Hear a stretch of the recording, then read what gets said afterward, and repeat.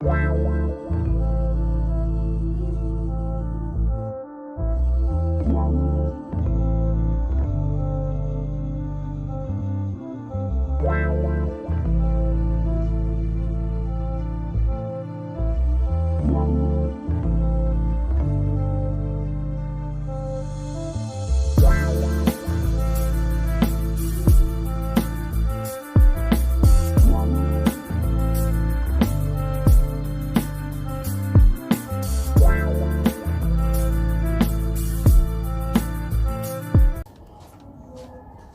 have a unique guest here today.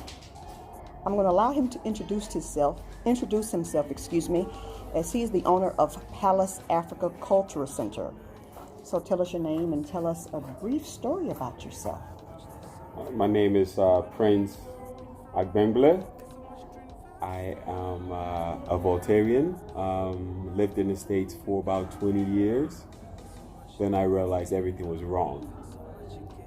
So I'm glad that ancestors led me back home, where I was able to put this place together to kind of bridge the gap between the diasporans aspiring to come back home and us here on the continent, welcoming them back home and making them feel like they are home. So is that the basic premise as to how you started Palace Afrika? Pretty much. Is that you wanted to close the gap, the divide between diasporans and continental Africans here in Ghana? That's right. Awesome.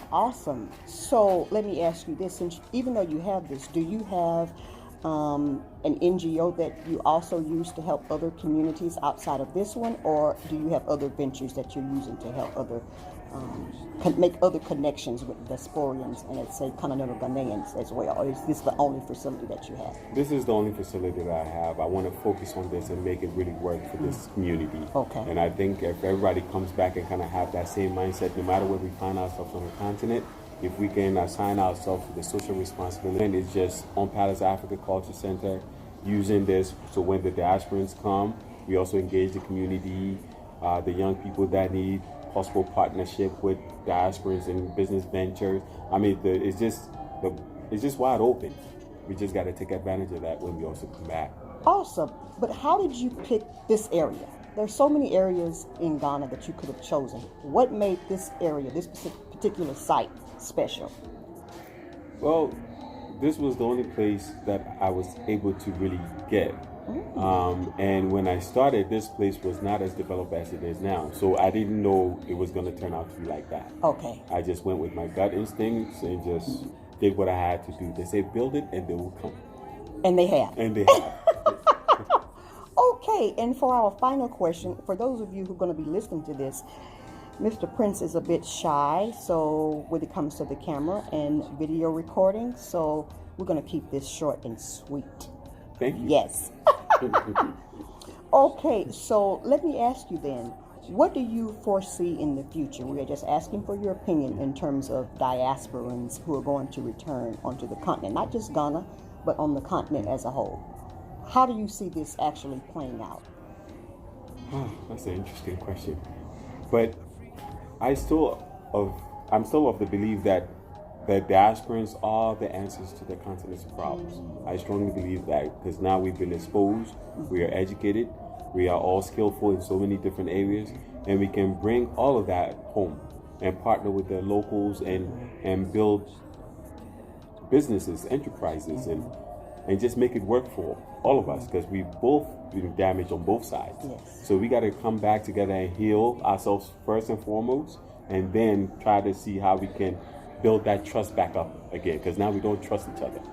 So it's going to be a step-by-step process of us coming back home and understanding that the African is also damaged as well, so that we can start building trust among each other so that we can work together. Yes, bridging the gap. Yes. Well, I'll thank you for your time today. We won't keep you, but thank you for the short snippets You're welcome. I love into this your part. world.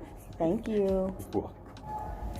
Okay, so I am Lizzabitty, originally from Texas, but I live in Dubai. I arrived here with my good friend and colleague, Relda, and we're basically making our mark to permanently live in Ghana. Our experience here has been a great one in that we used Palace Afrika as like a base camp so that we could take care of other things and move about Ghana while we handled business. So we were able to leave our stuff here, everything unfettered, no issues, etc. And just community. Like, I like how the owner is connected with all of the people within his local community, because it is so important as we as people from the diaspora come back, and how we need to get connected with community, because as Westerners, this is not something that we practice in totality.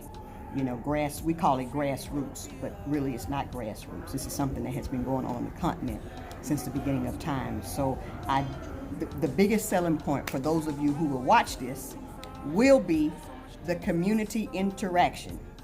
If you want that, then you should come here. You should come here.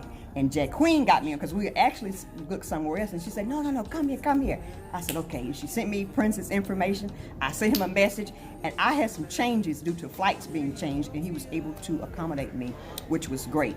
So he will get back to you, give him time, but the best aspect to me of the location and everything with the owner is the community, because I am all community. Community first, black only. There you go.